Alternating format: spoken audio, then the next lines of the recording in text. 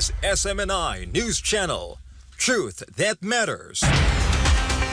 Good evening, Philippines, and good day, world. I'm Vhal Divinagracia. It's Thursday, the 20th of July, 2023, and you're watching Newsline World. We're here to bring you the top stories we've gathered from all over the globe.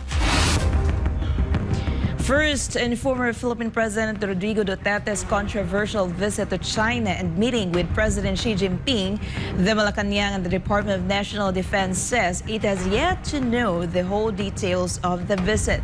Meanwhile, DND Secretary Gilbert Chodoro says that it is too early to make judgments. Chinese President Xi Jinping welcomes former Secretary of State and former National Security Advisor of the United States, Henry Kissinger, at the Diaoyutai State Guesthouse. North Korea is reportedly not responding to calls from the United States over the soldier across the demilitarized zone unauthorized from South Korea. Global leaders, including Brazil's President Lula da Silva, expressed weariness over the prolonged Russia-Ukraine conflict and call for a peace deal through dialogue. And IMF raises alarm amid the high inflation and urge for stronger global financial safety net. This and more for tonight's edition of Newsline World. In the news, the Malacanang Department of National Defense said it has yet to know the whole details of former President Rodrigo Duterte's visit to China. Meanwhile, DND Secretary Gilbert Chodoro said that it is too early to make judgments. Almar Forzuelo tells us more.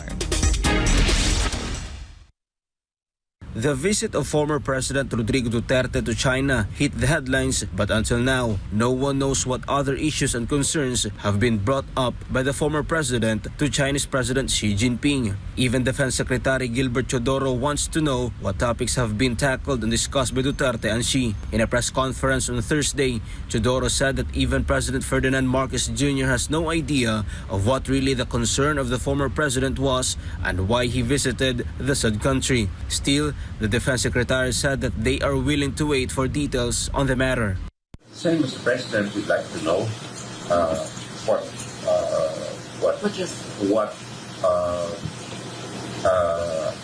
issue of national interest was talked about, and naturally also the President said that track to diplomacy is naturally done. Basically, this is not foreign because, for example, former President Gloria Macapagal-Arroyo chairs the Boao Forum. President Ramos used to chair it. So we'd like to wait as to what was the outcome of such a meeting. And we encourage all efforts anyway to engage with China. With this, Secretary Chodoro said cannot judge if there is a cause for concern on the said visit, but expressed confidence that former President Duterte knows what he's doing. Muna malaman natin kung anong pinag-usapan para mahusgahan natin kung cause of concern o hindi. Pero inaasahan natin dating Presidente ng Pilipinas, Presidente Duterte. At inaasahan din natin na ang interes ng Pilipinas ay ay taglay. President Marcos earlier said that he knows that Duterte visited China and that he is confident that the interests of the Philippines are the main goal of the said visit. This month, Secretary Chodoro and Chinese Ambassador Wang Xilian met each other and agreed that the Philippines and China need to establish a mechanism for exchanges of information, infrastructure, and on different aspects. With the Chinese ambassador, it was basically a call, and there will be continuing dialogue, but on a non-ministerial level. Naturally, we need to engage them and build up mechanisms for exchanges of information and possible areas of convergence. But it has to begin on a lower level and to build up our infrastructure in order to further, if we see that there is a way forward, further elevate the engagement on a defense level. But right now, it is, just seeing where areas converge on a security and a defense level. In line with this, President Marcos Jr. is very positive that former President Duterte will soon share of what are the topics that he raised with the President of China. To recall, many have raised their opinions concerning the visit of former President Duterte to China. During the visit, President Xi reportedly told Duterte that China stands ready to promote steady and sustained development of relations with the Philippines and thanked his strategic option during his term of office that brought China-Philippines relations back on the right track. Following the talks, Duterte also joined a ribbon-cutting ceremony, a memorial building that was named after his mother, Soledad Duterte, in Fuzhou City, Fujian, China. For God and my beloved Philippines, Almar Forsualo, SMNI News. Following his talks with the Chinese top diplomat Wang Yi and Defense Minister Li Shangfu, former U.S. Secretary of State Henry Kissinger met with President Xi Jinping, wherein the latter stressed that China and its people will never forget old friends. Hannah Jane Sancho has more. Chinese President Xi Jinping met with former U.S. Secretary of State Henry Kissinger at the Diaoyutai State Guesthouse in Beijing on Thursday to discuss relations between their two countries. Xi highlighted the meaning of Kissinger's visit, noting that he is 100 years old and has done more than 100 visits to China.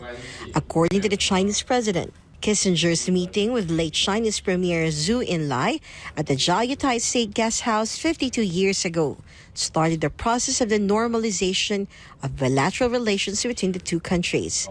It can be noted that Kissinger has done secret visits since 1971 as a national security advisor of then U.S. President Richard Nixon, and such meetings paved the way for Nixon's ice-breaking trip in 1972. The Diaoyutai State Guesthouse is the same place where Kissinger was received as reported by China's state broadcast television CCTV. Xi also said that China and its people will never forget their old friends. 先生，3年多没有见面了。你刚刚庆祝了100岁的生日，我祝你健康长寿。中国有句老话叫做“大德必寿”。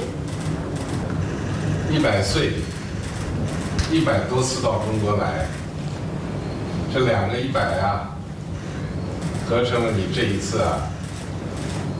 具有特殊意义的访问，在52年前，也是7月份，就在这里，这是钓鱼台和宾馆的5号楼，周恩来总理和你呢，在这里会见，开启了2国正常化的进程，具有 深远的历史意义。当时是中美关系的一个转折点。中国人呢，不忘老朋友，中美关系永远和基辛格这个名字是连在一起的。中国人民的话，将永远记住。我对你表示高度敬意。 Kissinger, for his part, stressed the need for dialogue between China and the United States instead of a confrontation. Kissinger said that the relations between China and U.S. would be central to the peace in the world and the progress of the societies of the two countries. Mr. President, it is a great privilege to be able to visit China. And it is extraordinarily courteous of you to arrange the meeting in Villa 5 of the State Guest House, where my first meeting with the Chinese leader took place. And the relations between our two countries would be central to the peace in the world and to the progress of our society. It can be noted that a flurry of American officials went to China for talks, including U.S. Secretary of State Anthony Blinken, Treasury Secretary Janet Yellen, and Special Presidential Envoy for Climate John Kerry. For God and my beloved country, this has been Hannah Jane Sancho, SM9 News. President Bongbong Marcos led the graduation of the newest batch of mariners from the Philippine Merchant Marine Academy. MJ Mondihar reports from San Narciso, Zambales. By virtue of the powers vested in me as chairman of the Philippine Merchant Marine Academy Board of Trustees, I hereby confirm you graduates. The awaited moment for the PMMA Madasiklan class of 2023 has arrived. They are the latest batch of the mariners produced by the Philippine Merchant Marine Academy. Alan, a native of Bohol, is the class valedictorian. Their batch faced a unique challenge as they began their studies during the height of the pandemic in 2019. But COVID-19 did not deter them to pursuing their dreams. I am here today to remind everyone that there are countless of people, others like me, who have dreams that exceeds, that go beyond their circumstances, sir. Despite the scorching heat, President Bongbong Marcos Jr. attended the commencement exercises in San Narciso, Zambales, and congratulated the graduates for their hard work to achieve their dreams. He also emphasized that the new graduates will further strengthen the world-class maritime workforce of the country. Filipino seafarers are well known for their excellence in the shipping industry. The government welcomes the private sector support in promoting quality maritime education and training that allows this industry to be more innovative, more resilient, and adaptive to the ever-changing world. Both the government and private sector, including shipping companies, finance PMMA. Over the time, the institution has produced highly skilled mariners, including chief engineers, naval officers, and Coast Guard officers. Having seen the potential of Filipino mariners firsthand, the President has directed government agencies to collaborate closely with PMMA. The objective is to strengthen maritime education. As your partner in improving the skills and capabilities of our people in the maritime industry, I call on all the concerned agencies to coordinate closely with the PMMA, facilitate what will make our maritime education even more responsive to the needs of the nation, while ensuring that whatever steps that we take will be in compliance with laws and regulations. According to the Department of Migrant Workers, the deployment of Filipino seafarers is expected to return to pre-pandemic levels by the end of 2023. Migrant Worker Secretary Susan Ople reported that over 150,000 Filipino seafarers were deployed only in the first quarter of this year. For Government of Philippines, MJ Mondihar, SM9 News. The Philippine National Police is preparing for the worst-case scenarios during the upcoming State of the Nation address of President Ferdinand Marcos Jr. Details of this report from Jason Rubrico. In the civil disturbance management exercises, police officers coming from the different police districts in Metro Manila demonstrated how they will respond to these types of situations. According to Philippine National Police Chief General Benjamin Acorda Jr., they are preparing for the worst-case scenario in the upcoming State of the Nation address by President Ferdinand Marcos Jr. And sa nakikita natin, we are preparing for the worst. Pero sana, yung nakikita natin, mga pinapractice natin na hindi na ma-exercise, we will, I hope and I pray for parang peaceful conduct of rally and respect for each other. According to Acorda, the police have calibrated or corresponding responses to every move made by the rallyists. He said that police will respect the right of the people for the peaceful conduct of the rally. Acorda asked the police to exercise maximum tolerance while he pleaded with the rallyists not to ignore the rights of the people, including the police. The PNP chief particularly called attention to the throwing of paint by the rallyists on the uniforms of the police, which he said was very disrespectful. What we don't want is an escalation of violence, lalo sa mga protesters na yan. So talagang ang hinihiling natin talaga is I'm appealing to our fellow Filipinos who will be doing these rallies to make sure na sana naman ay in the exercise of their rights, wag naman maapakan yung karapatan ng ibang tao, pati na rin kasama na rin yung kapulisan natin. Should some protesters become violent, he said, the police will not hesitate to arrest them. We will not hesitate to make arrests if needed to do so. In the end, Accord assured that the police are 100% ready for President Marcos Sana. Along with the civil disturbance management exercises is the send-off ceremony to the police. More than 22,000 policemen will be deployed by the PNP for Sana. The PNP is also in coordination with the private sector for technical assistance. We are in coordination also with other, even private individuals. No?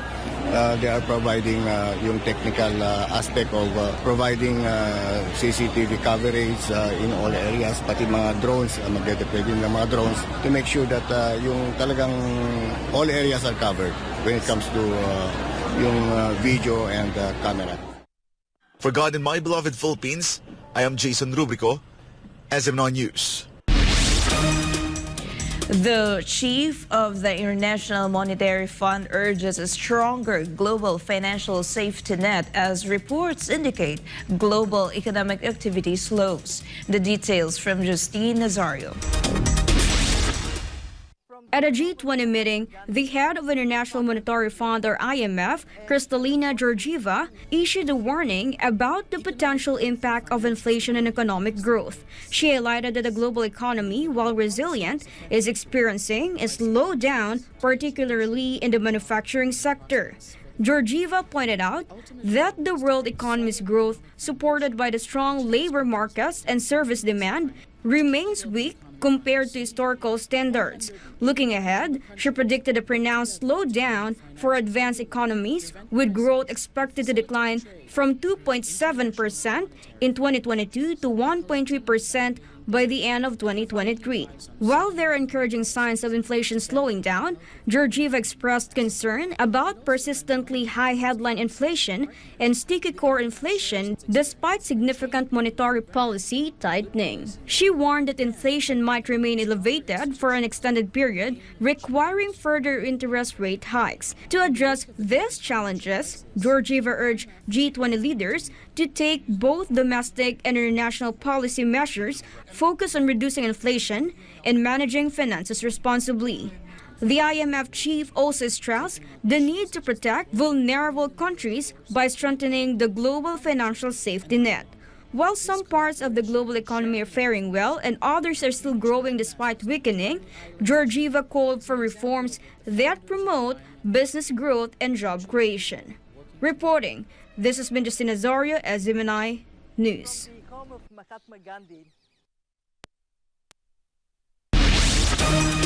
North Korea is reportedly not responding to calls from the United States over the soldier who illegally crossed the demilitarized zone from South Korea.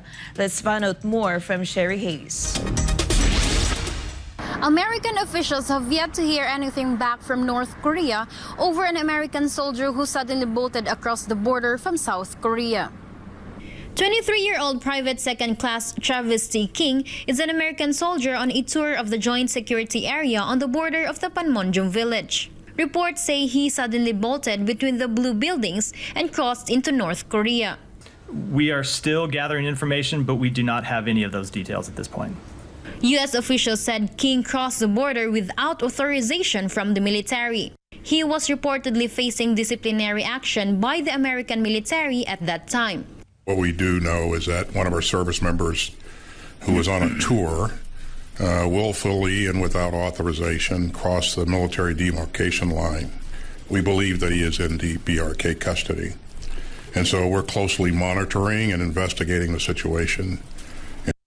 And now the U.S. officials are calling North Korea to clarify the situation as they continue to scramble for King's whereabouts. Although North Korea did not respond to any calls from the U.S. over the matter, it recently conducted test fires of 2 short-range ballistic missiles in the East Sea.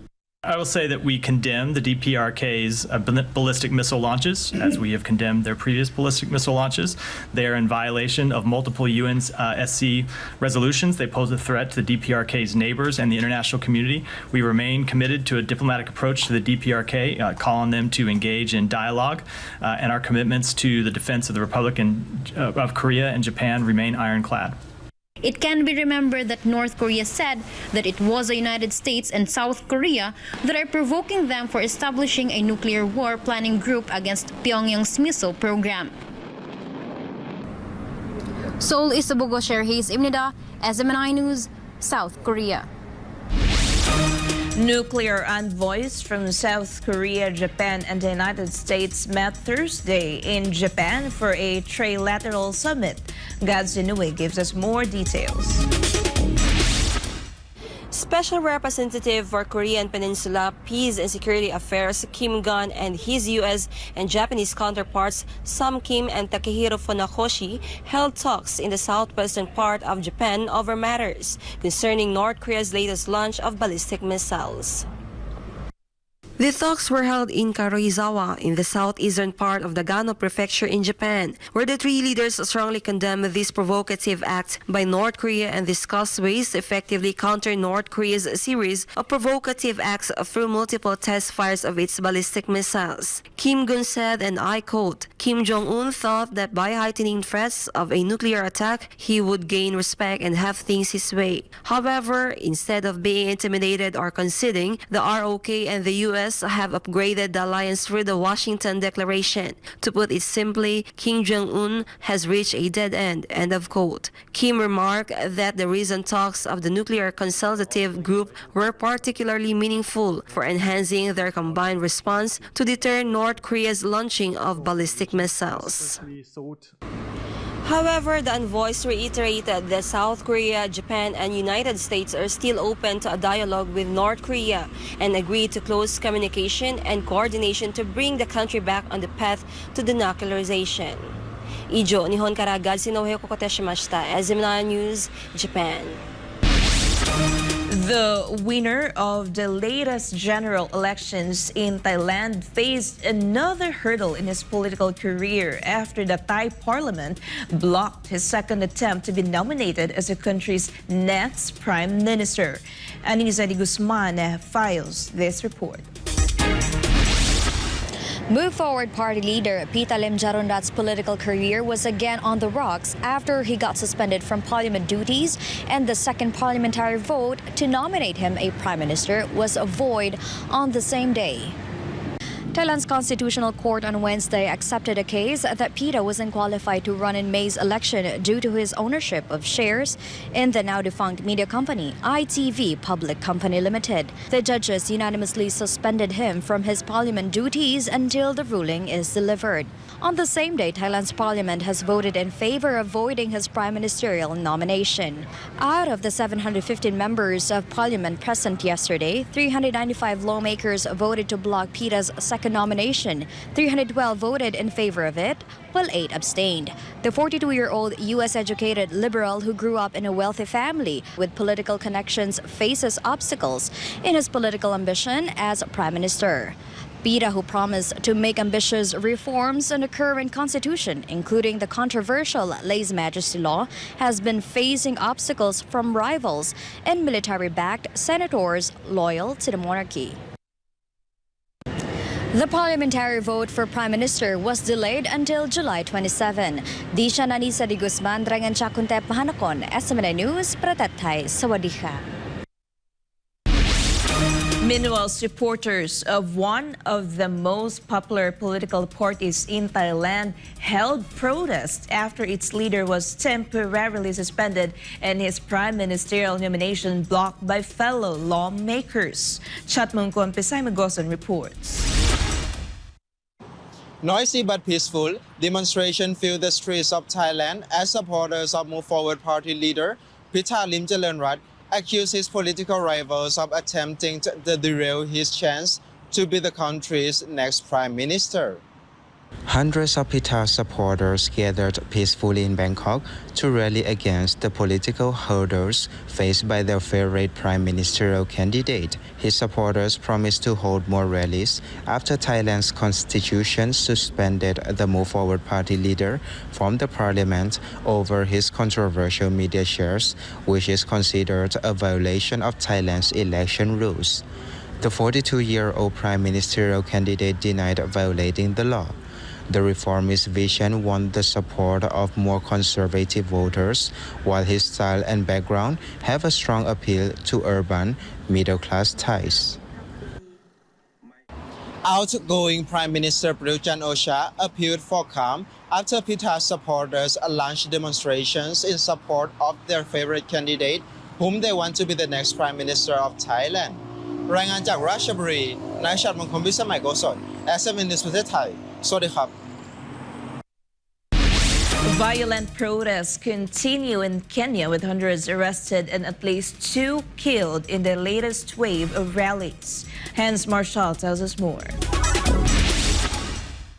Clashes between protesters and security officers occurred in Nairobi's Kibera slum on Wednesday, with dozens taking to the streets of the capital to protest against tax hikes proposed by the Kenyan government. Since March this year, opposition leader Raila Odinga has been launching several demonstrations against the government of Kenya amid rising cost of living, tax hikes, and alleged corruption, among others. According to Kenyan media, Raila Odinga, the opposition's leader, called for the protests due to the tax hikes plan passed by Kenyan President William Ruto's government last month. 2 rounds of protests took place in Nairobi earlier this month, reportedly having at least 15 protesters dead and hundreds arrested.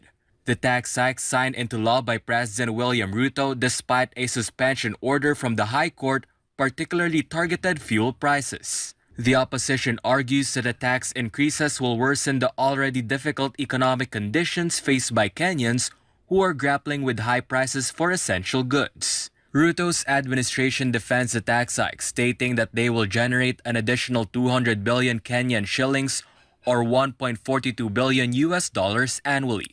The funds are intended to address Kenya's growing debt and finance initiatives for job creation. In the latest development of violent protests in Kenya, the Interior Ministry reported that over 300 individuals have been arrested.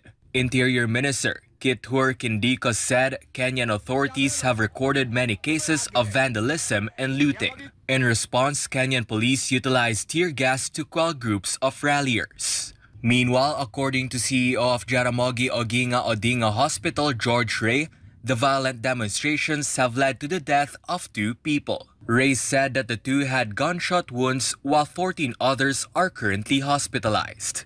Back in April and May, Odinga and Kenyan President William Ruto agreed to hold talks, but such agreements broke down. Meanwhile, the government of President William Ruto claimed that the opposition of derailing efforts to improve the economy of the country.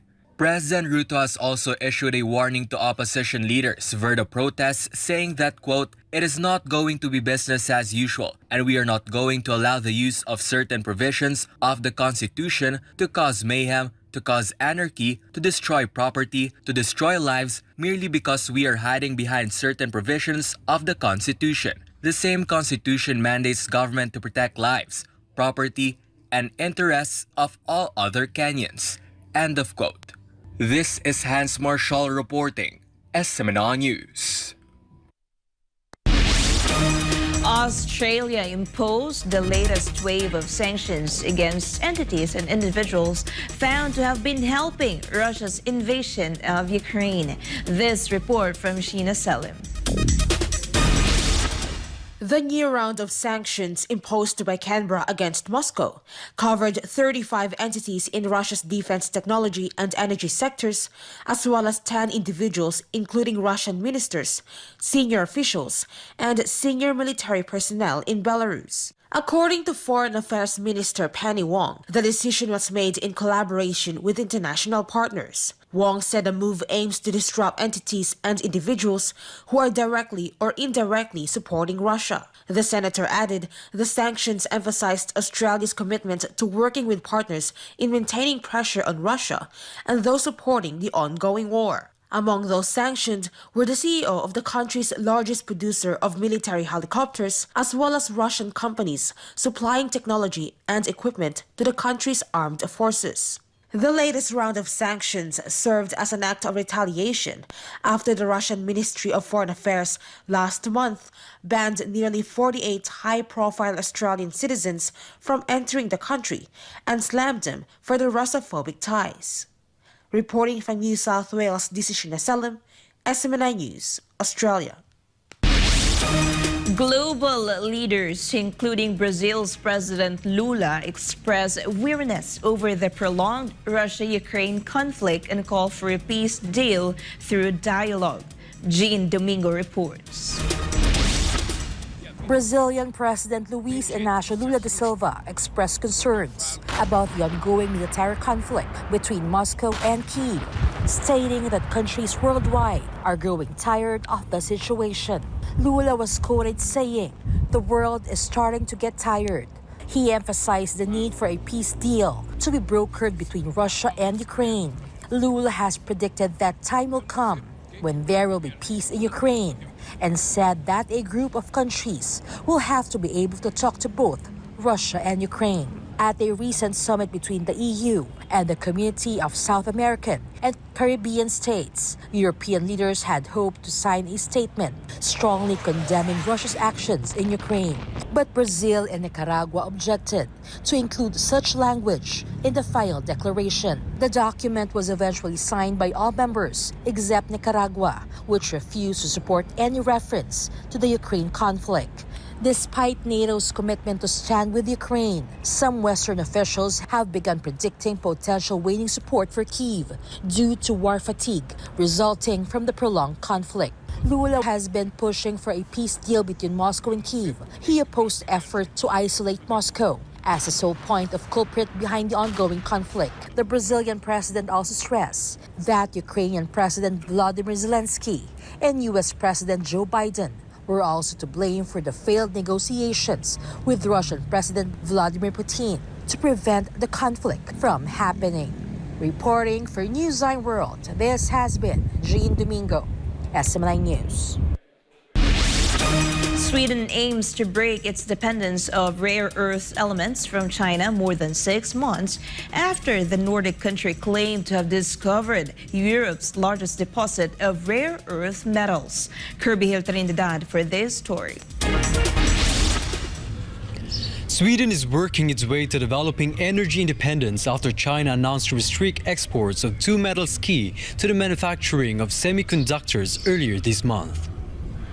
On January 12, Swedish mining company Luossavaara Kirunavaara Aktiebolag or LKAB announced the discovery of more than 1 million tons of rare earth oxides in the Kiruna area in the far north of the Nordic country. It was declared the largest deposit to be unearthed in Europe. The discovery of rare earth elements is important not just for Sweden but also for Europe, as these precious metals are used to create a range of products and infrastructure that are important to everyday life, such as mobile phones, hard drives, trains, electric vehicles, and even missiles. Demand for rare earth is expected to increase fivefold in 2030, while the EU's Internal Market Commissioner predicted they will soon be more important than oil and gas. In 2021, about 98% of rare earth used in EU were imported from China. The energy minister acknowledged that the extraction of rare earth elements is necessary for the EU to develop its way towards self-sufficiency and cut its dependence on Russia and China. Sweden scrambles towards energy independence after China recently announced to restrict exports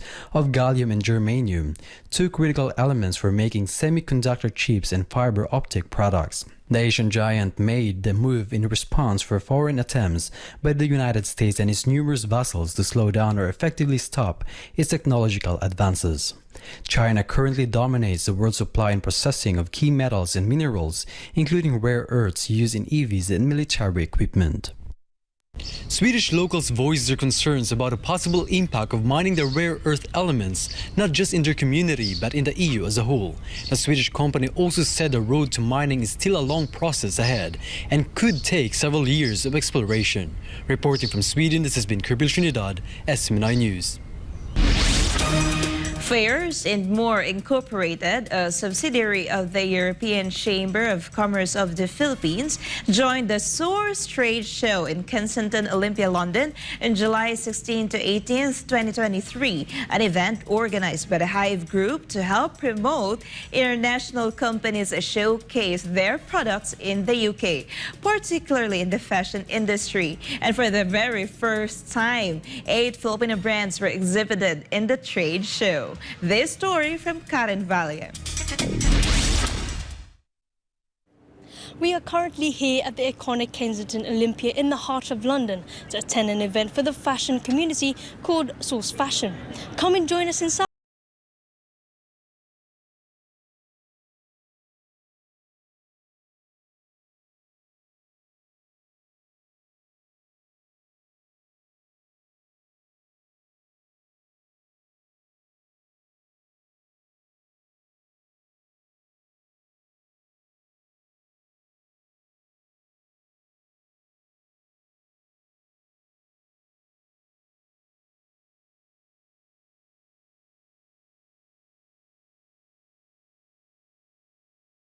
We are proud to share that Philippines has joined the trade show for the very first time.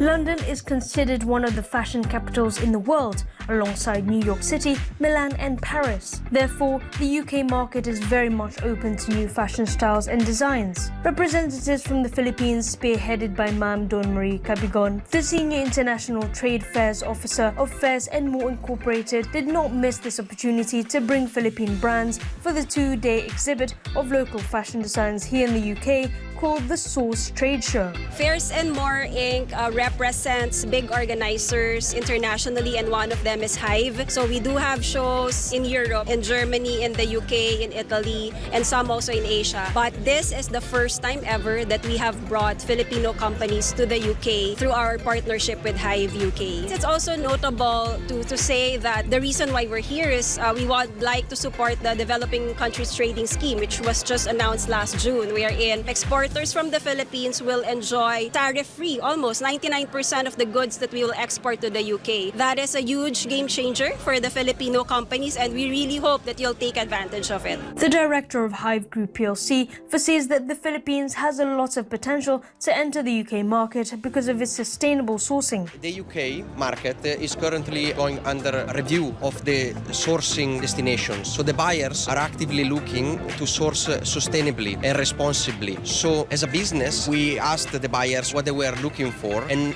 we found that the Philippines is actually a very good market to source natural materials made sustainably and with local available materials. There is a lot of potential of growth to have all these young designers that are not even finishing their school and they're already designing this beautiful clothing. The subsidiary of European Chamber of Commerce of the Philippines was able to exhibit 8 brands from the Philippines, including Linai Designs and Orient Meadow Export Corporation. Yung word na Linai is an Ilonggo word, Hiligaynon word siya, and it means young maiden. We are here to join the trade show. I'm here with the other Filipino brands, and 250 participants yung nandito from 25 different countries. She shares that her designs are intended to modernize Filipiniana clothing so that it can be worn as a day-to-day business attire as well. Very versatile siya.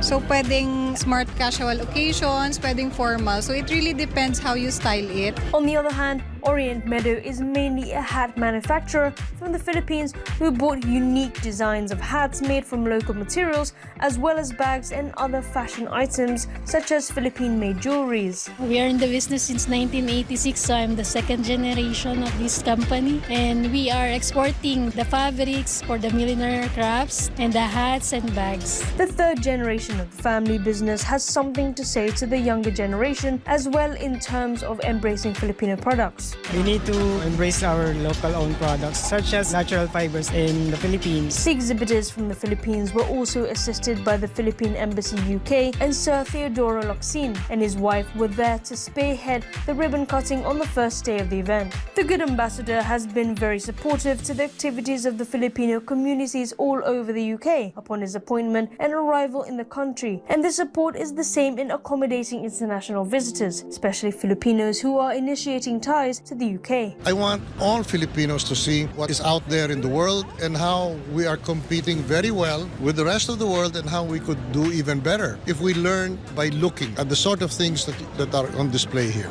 Finally, Ma'am Cabigon informs us that for those who will be interested to join such a trade show can be assisted by Fairs and More Incorporated. Please do contact us. We will help you on the way from the time that you're interested to set up, to shipment of items.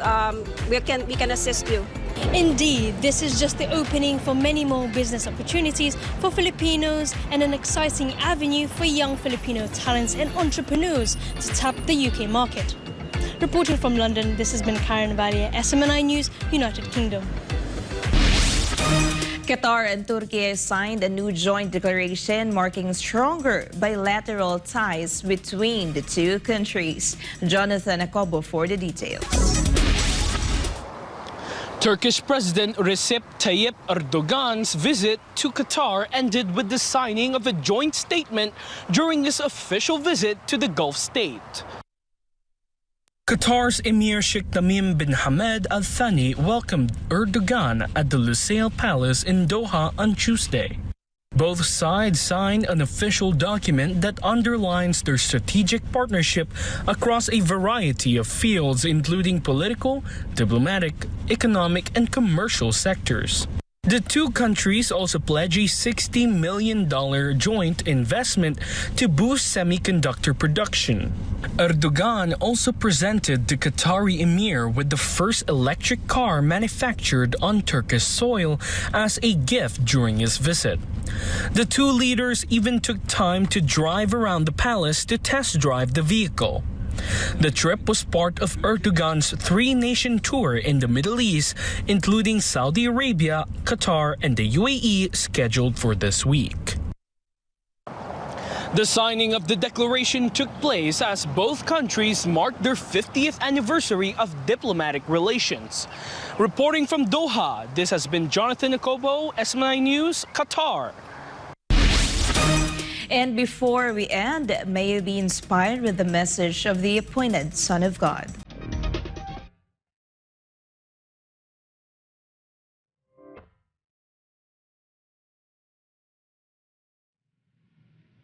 There is no future in the world. The future is here in the kingdom.